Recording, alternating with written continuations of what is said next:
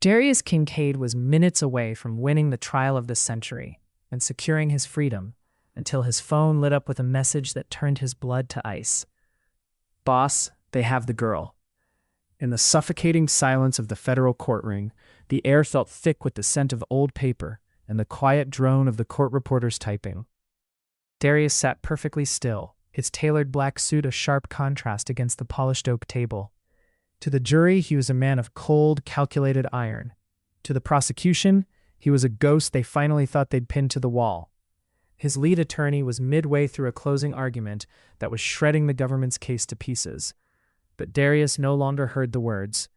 His gaze was locked on the small, glowing screen in his palm. The name Lila didn't need to be said. The 5-year-old's face was the only light in his dark world. Underneath the table, his hand gripped the phone so tightly his knuckles turned white, the gold watch on his wrist mocking him with every ticking second. His heart, usually a steady, rhythmic machine, hammered against his ribs like a trapped animal. The trial of his life had just become a race for a life that mattered infinitely more. The courtroom was a stage where every move was a performance, yet for the first time in a decade, the mask of the Mafia boss was slipping. Darius looked up, his sharp jawline tight, eyes wide, and scanning the room for the hidden threats he'd missed. To his left, the federal agents looked smug, unaware that the man they were trying to cage was currently burning alive from the inside. He thought of Celine, likely frantic, and of Lila's small hand that had held his just that morning. The contrast was agonizing, the dignity of the law surrounding him, while the lawless reality of his world screamed through a digital text. Tobias Kaur had found the one crack in the armor, the one piece of Darius Kincaid that wasn't for sale or for rent. As the judge adjusted her glasses and leaned forward to speak, Darius felt the shift from control to total crisis. He wasn't a defendant anymore. He was a predator who had been baited into a trap, and the four walls of the courtroom were beginning to feel less like a sanctuary of justice and more like a coffin. He had 17 minutes of testimony left, and a lifetime of regret if he didn't break every rule to get out of that chair. Before we see Darius Kincaid risk everything, we are racing toward our goal of 1,000 subscribers, and your support keeps these stories of grit and transformation alive. If this journey into a father's fury moves you, please hit that subscribe button now. It takes 1 second, but it helps us reach our milestone and ensures you never miss a chapter of the Kincaid legacy. Join the family. Let's get back to the moment the boss realized his empire was nothing compared to his little girl. The prosecution's star witness, a nervous man in a cheap suit, was currently faltering under the relentless pressure of the defense. Darius watched him, not with the predatory hunger of a man facing a life sentence, but with the detached boredom of a god observing an insect. Every eye in the gallery was pinned on Darius, looking for a crack, a flinch, or a bead of sweat that would betray the monster beneath the silk. They found nothing. His posture remained a masterclass in calculated stillness, his spine barely touching the back of the mahogany chair, his large tattooed hands resting flat on the table like twin granite slabs. To the public, this was the moment of reckoning for the Kincaid legacy, but to Darius, the courtroom was simply another boardroom where he held all the shares. He had spent 15 years perfecting this mask, the untouchable persona that whispered of old-world power and new-world violence. Even the judge, a woman who had sent 1,000 men to their graves, seemed to handle him with a certain wary respect. He was the center of the room's gravity, the silent axis upon which the entire legal drama turned. He looked at the lead prosecutor, a man whose career depended on this conviction, and offered a ghost of a smirk, a subtle reminder that empires like his weren't dismantled by signatures on a warrant. But beneath the table, the vibration of the phone against his thigh had been a physical blow, a sudden rupture in the vacuum of his control. The sharp jawline that had remained immobile for 3 weeks of testimony now pulsed with a rhythmic, hidden tension. The untouchable was being touched. The man who had built walls high enough to keep out the FBI had forgotten that walls also created shadows, and in those shadows, someone had found his heart. He didn't look at his legal team. He didn't need their polished strategies now. Their world was one of precedents and fine print, while his was suddenly reverting to the primal math of blood and bone. The prosecutor began to read a transcript of a wiretapped conversation, his voice booming with a performative sense of justice. Darius didn't blink. He allowed the words to wash over him, a meaningless static of dates and dollar amounts. His mind was already miles away, navigating the layout of his private estate, checking the shifts of his outer perimeter guards, and wondering which of his loyal soldiers had traded a 5-year-old girl's safety for a seat at a new table. The gold watch on his wrist, a symbol of his hard-earned status, now felt like a shackle, counting down the seconds of a life he had thought he finally owned. He was the defendant, the man in the cage, yet he was the only person in the room who truly understood that the trial had ended the moment that screen lit up. The power he had spent a lifetime accumulating, the fear he commanded, the respect he demanded, was being stripped away, layer by layer, by the simple, terrifying reality of a text message. He looked at the exit doors at the back of the courtroom, guarded by 2 armed marshals. They saw a man facing the law. He saw an obstacle between a father and his prey. The mask was still there, cold and impenetrable. But behind the dark, wide eyes of Darius Kincaid, the Mafia boss was dying, and a desperate, vengeful father was being born. The courtroom felt like a tomb, the air conditioning humming with a sterile, mechanical indifference that grated against Darius's raw nerves. He sat in the epicenter of the silence, a man carved from shadow and expensive wool, while the prosecution's voice became a distant, muffled roar. Then the vibration came again, not a soft buzz, but a violent tremor against his thigh that felt like a tectonic shift in his very existence.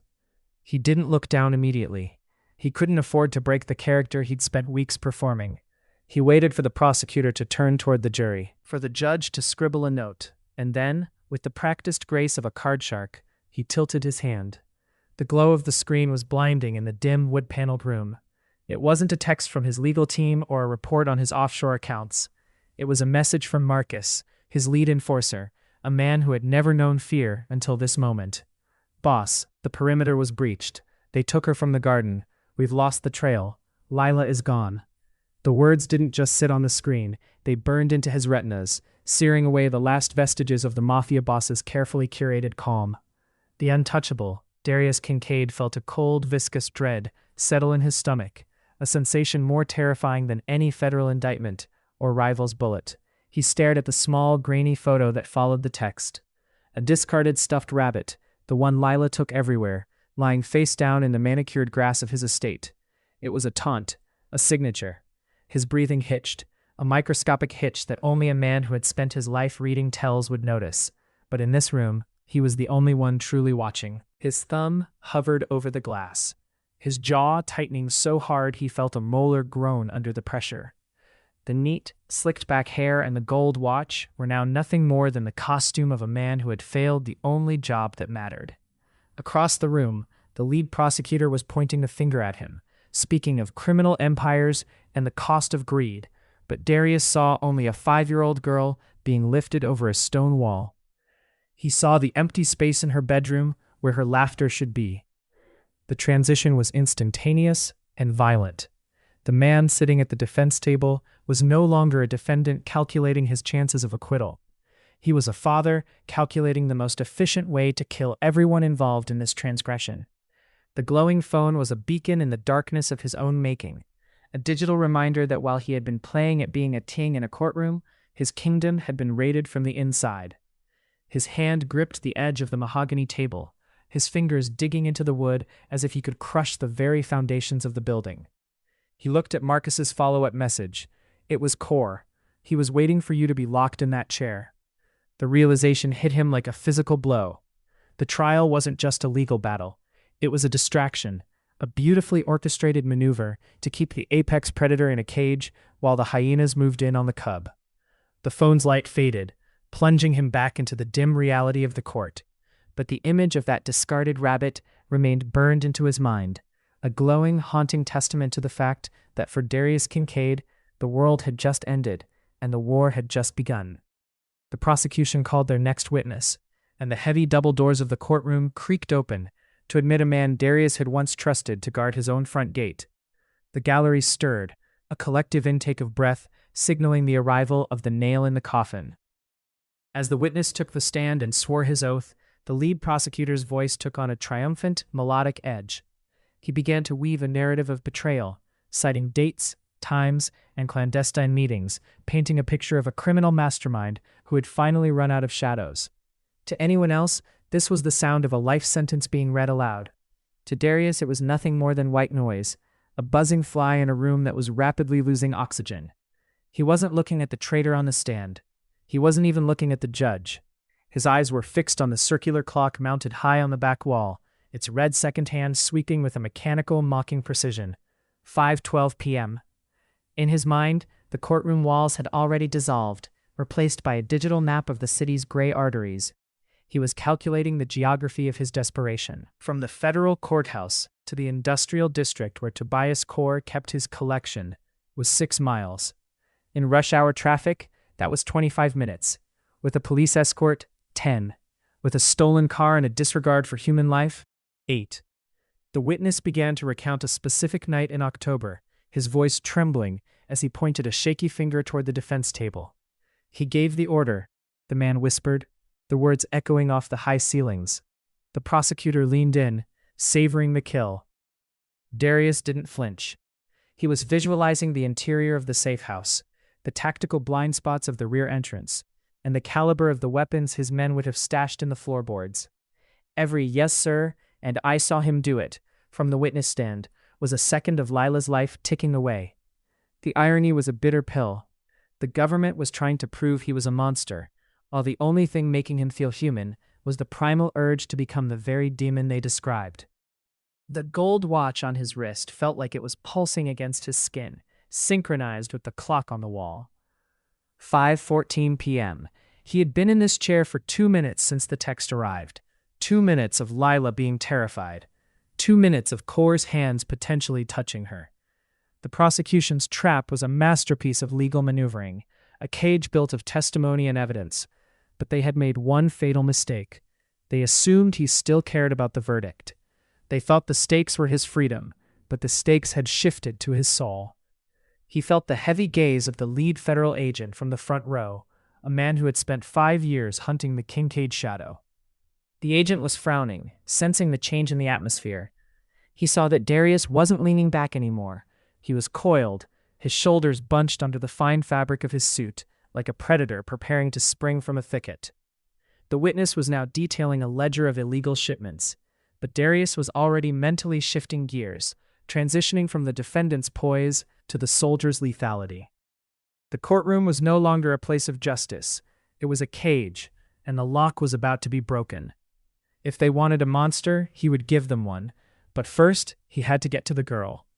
The witness continued his hollow recitation of betrayal, but Darius was no longer a participant in the trial. He was a general in the middle of a blackout. He kept his chin high, his gaze fixed on a spot just above the prosecutor's head, maintaining the mask of the defiant king while his thumbs danced a lethal rhythm beneath the edge of the defense table. Every vibration against his palm was a pulse of intelligence, a digital lifeline connecting the silent courtroom to the violent streets outside. Judge Holloway leaned forward, her sharp, predatory eyes scanning Darius for any sign of the Kincaid temper.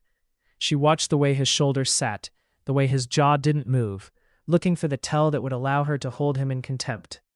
She was a hawk circling a wolf, sensing the shift in the wind but unable to see the hidden teeth.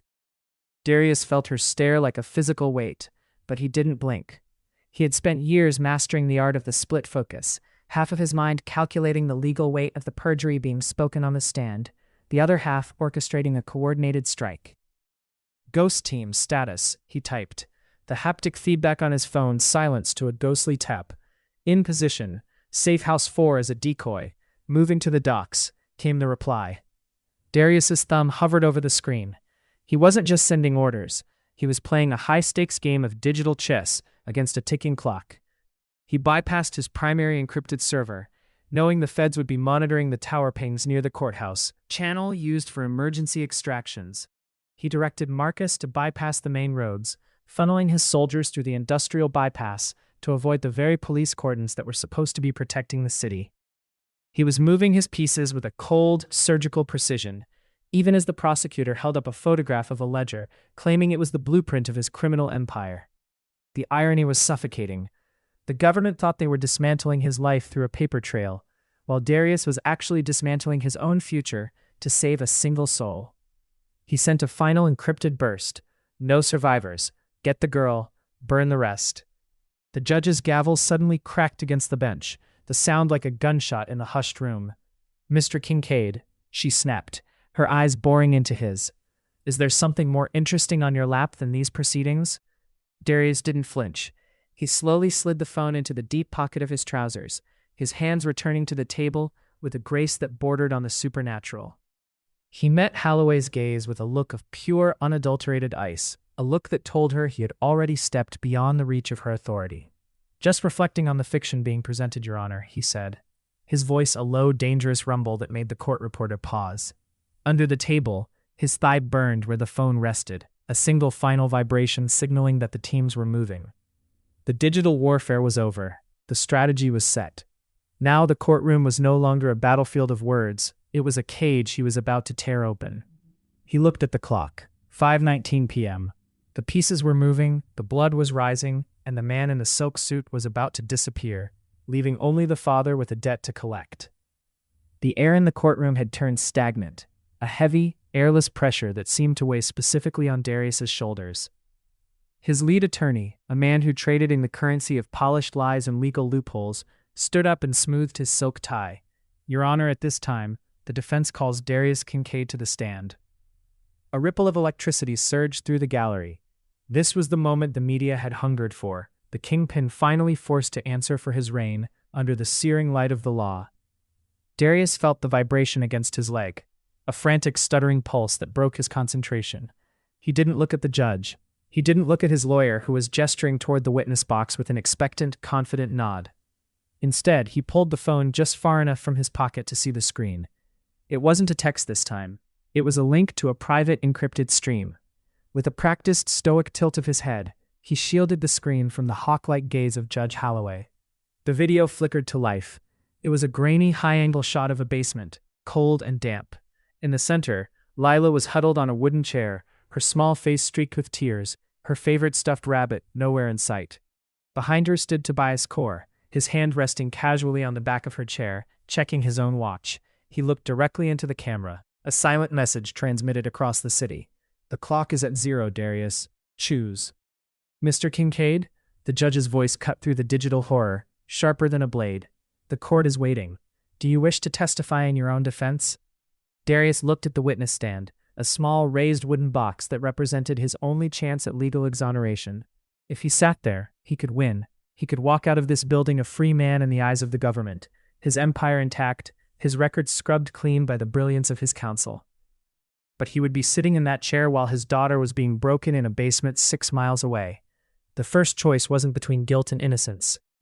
It was between the man he had spent 10 years pretending to be and the man he actually was. His attorney leaned in, whispering urgently, "Darius, this is it. We have them on the ropes. 5 minutes of your testimony and this case is dead." Darius didn't answer. He watched the screen as Mason Dre entered the frame, carrying a roll of industrial duct tape.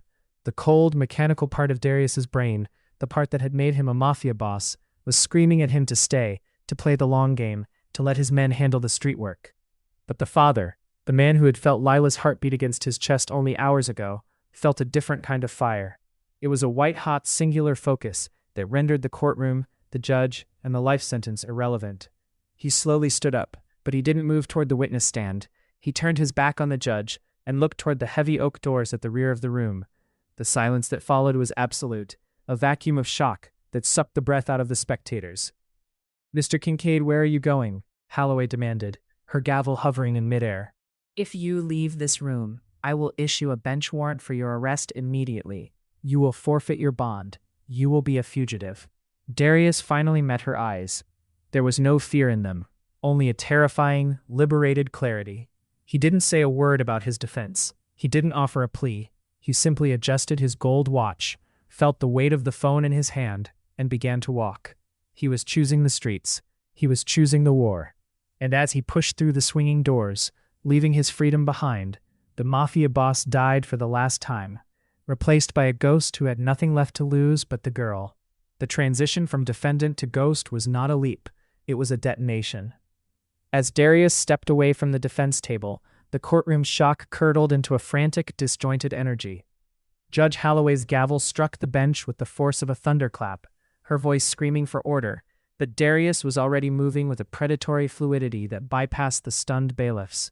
He didn't just walk toward the exit, he moved toward the threshold of a different life. Under the table, he had pressed a final, pre-programmed command into his phone. Outside, in the heavy afternoon air of the city, a black SUV idling at the curb accelerated. It didn't drive away. It slammed directly into the fire hydrant flanking the courthouse's main entrance. The screech of metal on iron was followed by a geyser of high-pressure water that shattered the lobby windows, triggering the building's seismic and fire alarms in a synchronized mechanical scream. Inside the courtroom, the overhead lights flickered and died as the emergency strobes took over, painting the wood-paneled walls in rhythmic, jarring flashes of red and white. "Lock the doors," a marshal bellowed, reaching for his holster. But chaos is a language Darius spoke fluently. From the gallery, 3 men, disguised as casual spectators in hoodies and caps, stood up simultaneously. They didn't pull guns, they pulled smoke canisters, rolling them across the carpeted floor. Thick, acrid gray clouds billowed upward, choking the air and blinding the cameras. Darius didn't run. He moved through the smog like a shark through deep water.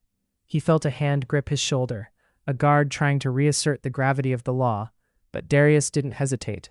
He pivoted, his elbow connecting with a sickening crunch against a man's ribs, not out of malice, but out of a cold, mathematical necessity.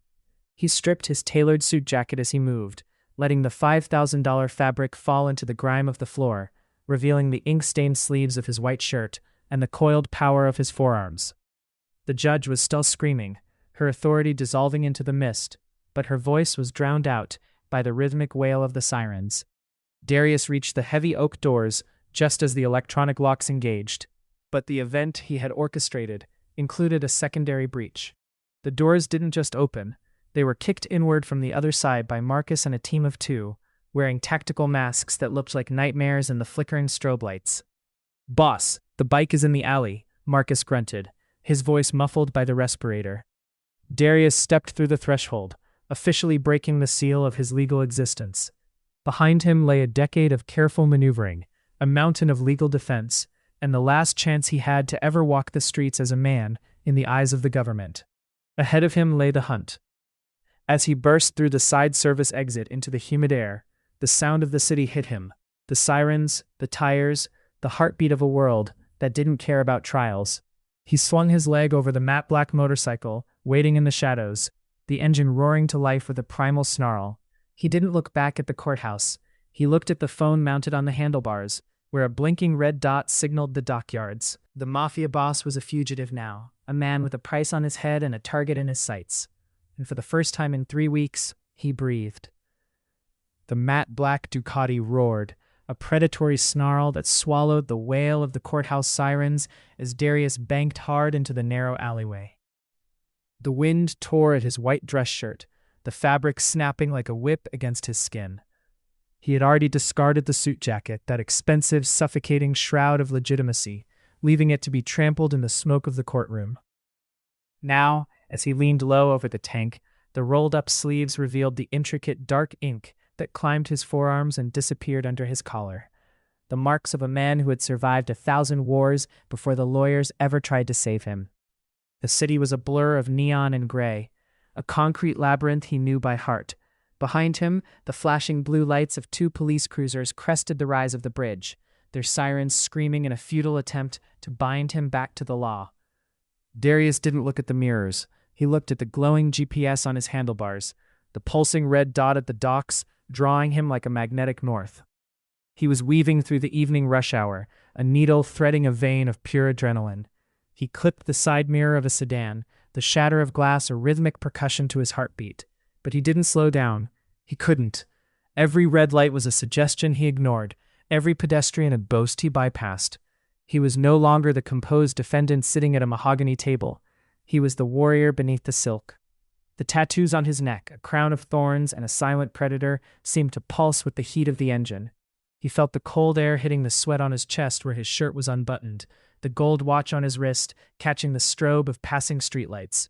It was a countdown, a race against a man like Tobias Core, who didn't understand that a cornered father is the most dangerous creature in the city. The cruisers were falling back, unable to match the suicidal lines Darius took through the industrial bypass. He surged between two semi-trucks, the gap so tight his handlebars brushed the tires of both, before bursting out onto the long, straight stretch leading to the shipping containers. The scent of salt and diesel began to replace the acrid smell of the courtroom smoke. He was shedding the persona of the Mafia boss with every mile, peeling away the layers of civilization until only the raw, vengeful instinct remained. He wasn't just driving, he was hunting. The bike leaned so low on the final turn that his knee pucks scraped the asphalt, sending a spray of sparks into the darkening air. The docks loomed ahead, a forest of rusted iron and shadows.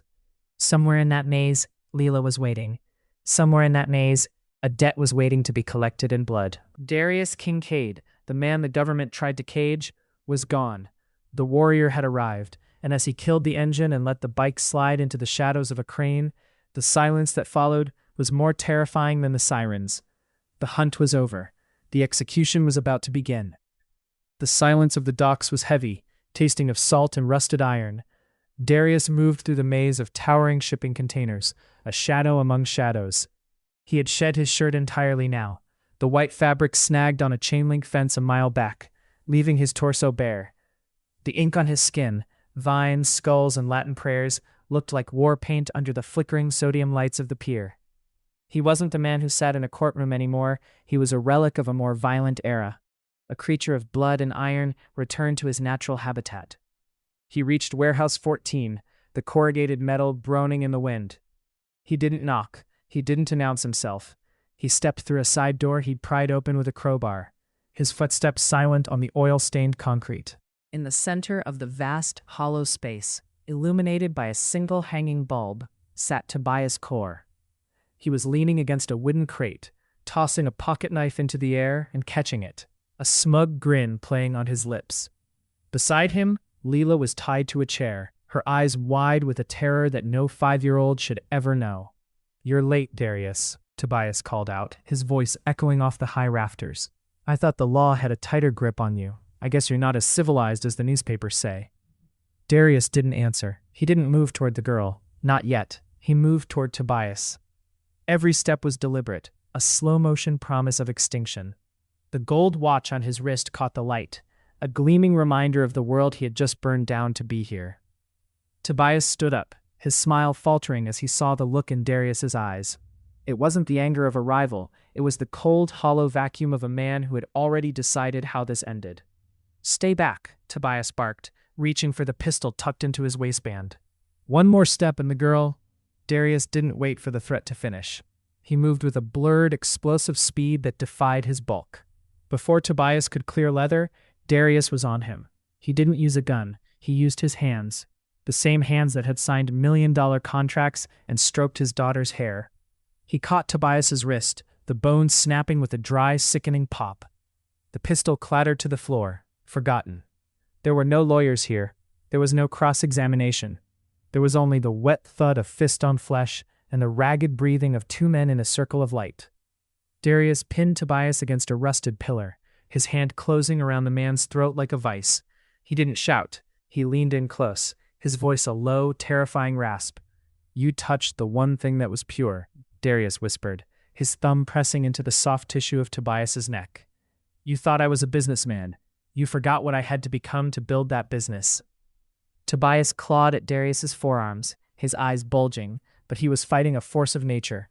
Darius didn't look at the man's face. He looked at the ink on his own hand, the word infinitum etched across his knuckles, now stained with the crimson of the man who had dared to threaten his blood.